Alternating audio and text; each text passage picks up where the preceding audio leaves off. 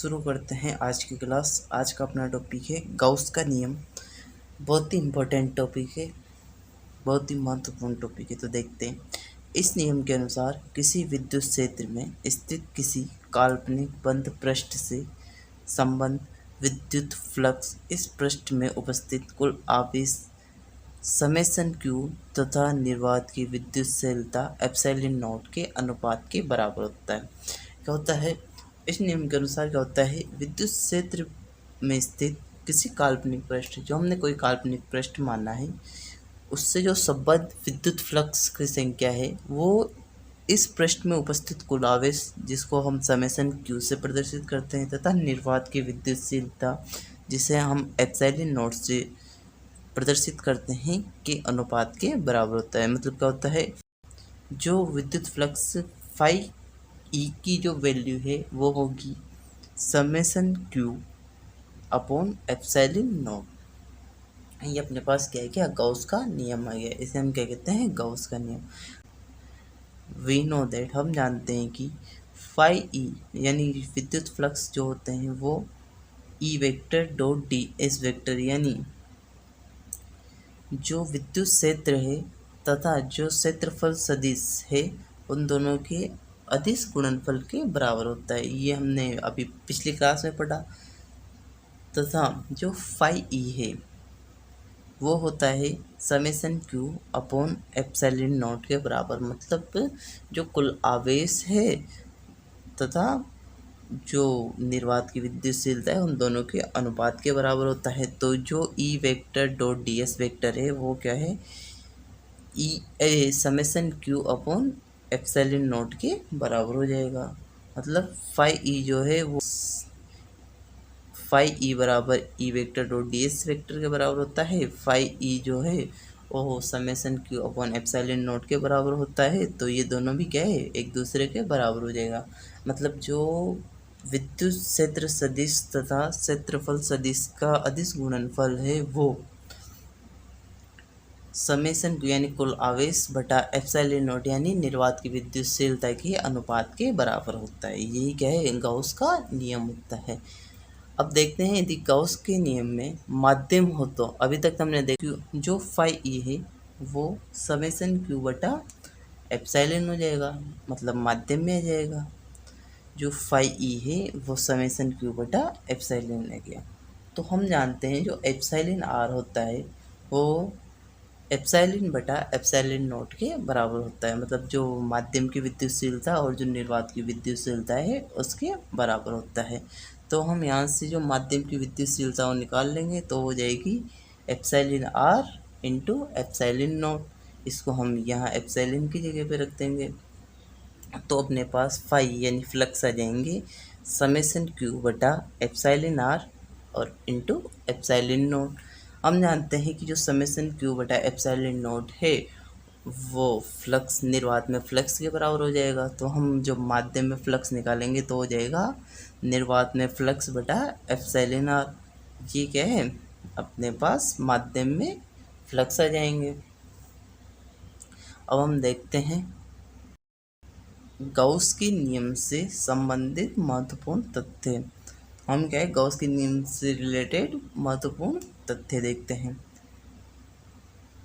पहला है, गाउस के नियम में एक बंद पृष्ठ का निर्माण किया जाता है जिसका पृष्ठीय क्षेत्रफल आसानी से ज्ञात किया जा सके। ऐसे पृष्ठ को ही गाउसीय पृष्ठ कहते हैं। ये क्या है, गाउसीय पृष्ठ की परिभाषा है। क्या है, क्या होता है गाउसीय पृष्ठ? गाउस के नियम में एक बंद पृष्ठ का निर्माण किया जाता है जिसका पृष्ठीय क्षेत्रफल क्या कर हम आसानी से क्या कर सकते हैं, ज्ञात कर सकते हैं। ऐसे पृष्ठ को हम क्या बोलते हैं, गाउसीय पृष्ठ कहते हैं।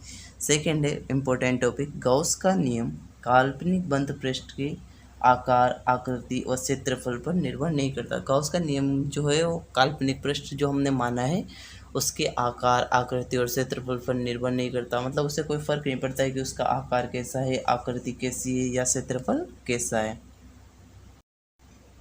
तीसरा है, गाउस के नियम में जो समेशन क्यू है उसका अर्थ होता है बंद पृष्ठ में उपस्थित कुल आवेशों का बीजगणितीय योग।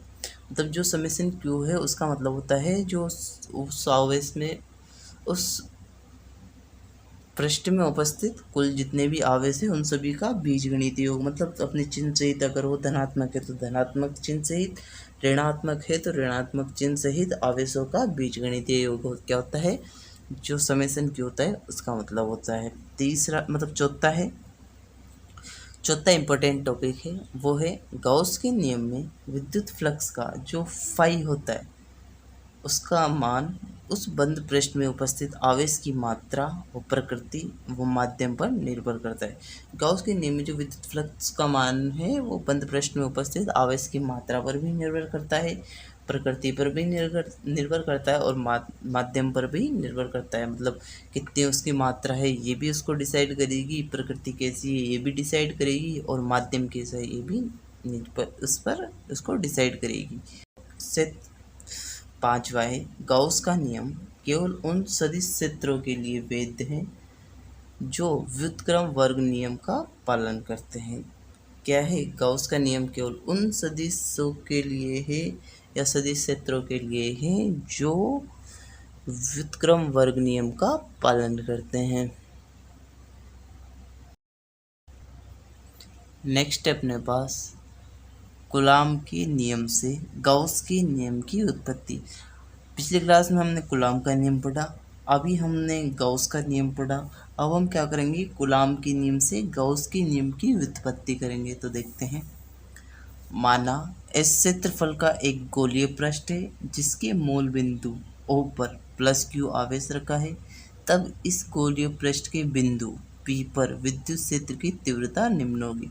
हमने क्या है, एक गोला लिया, गोलीय पृष्ठ लिया जिसका क्षेत्रफल कितना है, S है। इसके मूल बिंदु पर जिसका सेंटर पॉइंट था उस पर हमने क्या है प्लस Q आवेश रख दिया।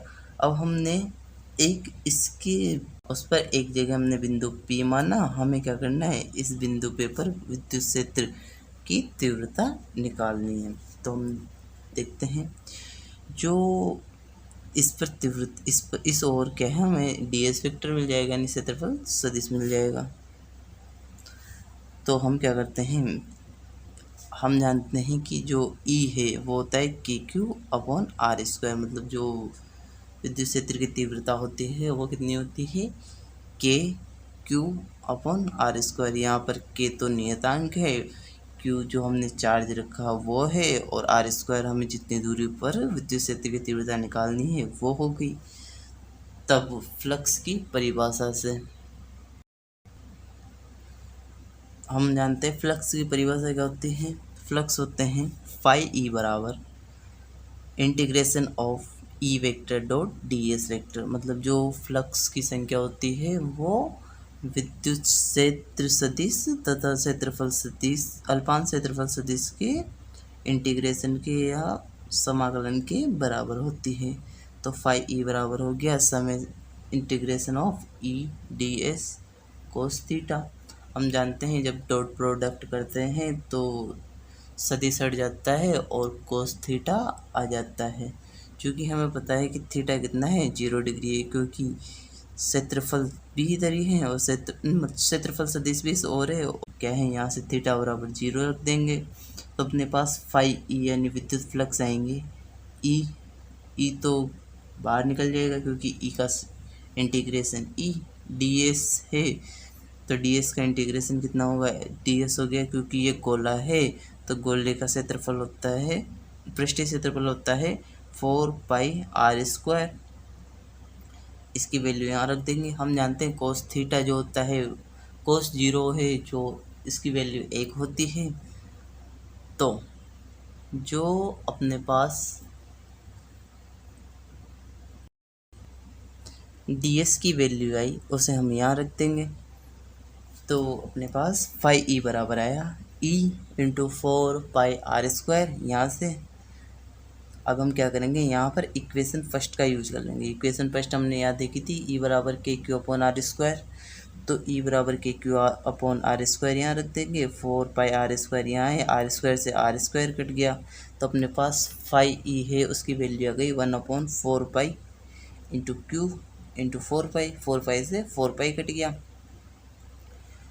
तो फाई ई की वैल्यू अपने पास है क्यू अपॉन एप्सिलॉन नॉट, जो क्या है गॉस का नियम है।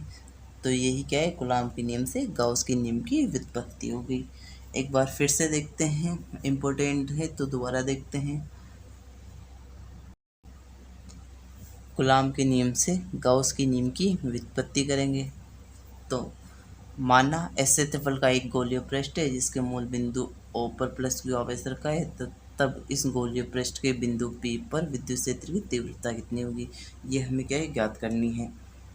तो माना कोई गोला है जिसका पृष्ठीय क्षेत्रफल कितना है S है, इसके मूल बिंदु पर प्लस क्यू आवेश रखा हुआ है, हमें इसकी त्रिज्या पर एक बिंदु P मानना है, मतलब जो इसका परिधि है या इसकी बाहरी लेयर है, इस पर हमने बिंदु यहाँ पर बिंदु P माना, या R दूरी पर एक बिंदु P माना, या गोलीय पृष्ठ जो है इसका उस पर हमने एक बिंदु P माना। हमें क्या करना है, इस बिंदु पर विद्युत क्षेत्र की तीव्रता निकालनी है। तो हम जानते हैं जो E है वो होगा के क्यू अपॉन आर स्क्वायर।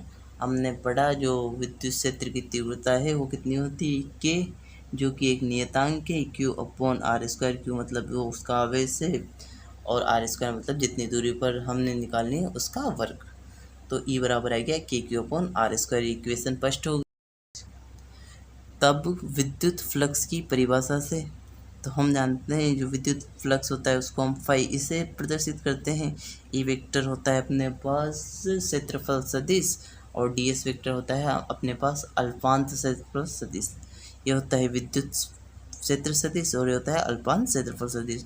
इन दोनों का समाकलन कर देंगे तो अपने पास क्या है विद्युत फ्लक्स आ जाएंगे। तो विद्युत फ्लक्स होते हैं विद्युत क्षेत्र सदिश तथा अल्पांत क्षेत्रफल सदिश का अदिश गुणनफल का समाकलन इसके बराबर होते हैं। तो फाई ई बराबर अपने पास आया समाकलन किसका, E D S cos theta, क्योंकि इन दोनों का अदिश गुणनफल करेंगे तो क्या है इंटीग्रेस जो इनका सदिश है ऊपर का ये तो हट जाएगा और अपने पास क्या है कोस थीटा आ जाएगा।